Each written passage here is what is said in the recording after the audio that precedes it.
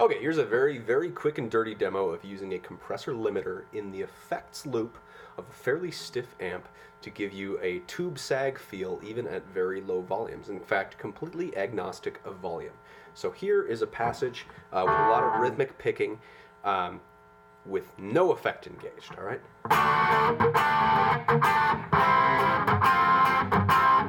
All right, here's that same passage with the limiter.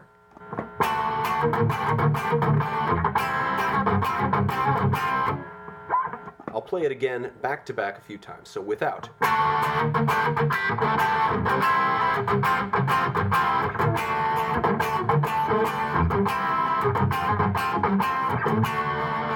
All right, so you need to ignore the EQ difference. It's definitely less treble with the compressor engaged than without. And there's also a volume drop too.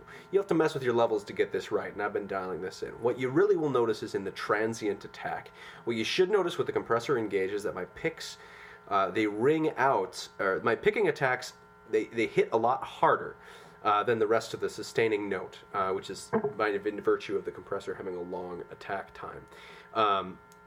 You get this kind of pumping action that is really characteristic of driving a tube amp just way full bore, really, really loud so that the power supply is sagging. And it feels just like it. I used to run my old JCM800 copy that I made really very high, and it sounded the same. So here it is again without, and just listen to the pick attack here. Sorry, that was with. Here's without. Listen to the pick attack. Fairly uniform level, all right? You'll also, if you listen to the buzz in the background, it slightly fades in after I mute when I have the compressor. Sorry, it doesn't fade in after when I have the compressor off. Here's with the compressor on. You'll notice the volume ducks back in after I mute, and the picks really stick out as punchy.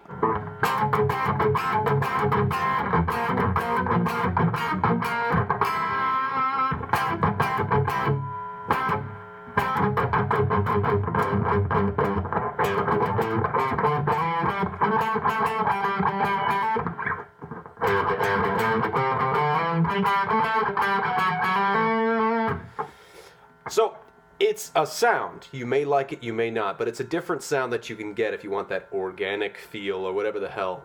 You want the amp to feel looser and more vibrant. If you want that really punchy sound, this is a great way to do it without having to mess with your volumes or anything. This is real good for rhythm playing. Not as good for lead playing, because you usually want sustained notes in high gain lead. But for high gain rhythm, this is real great because it gives you punch despite the fact that you're completely saturated in your preamp.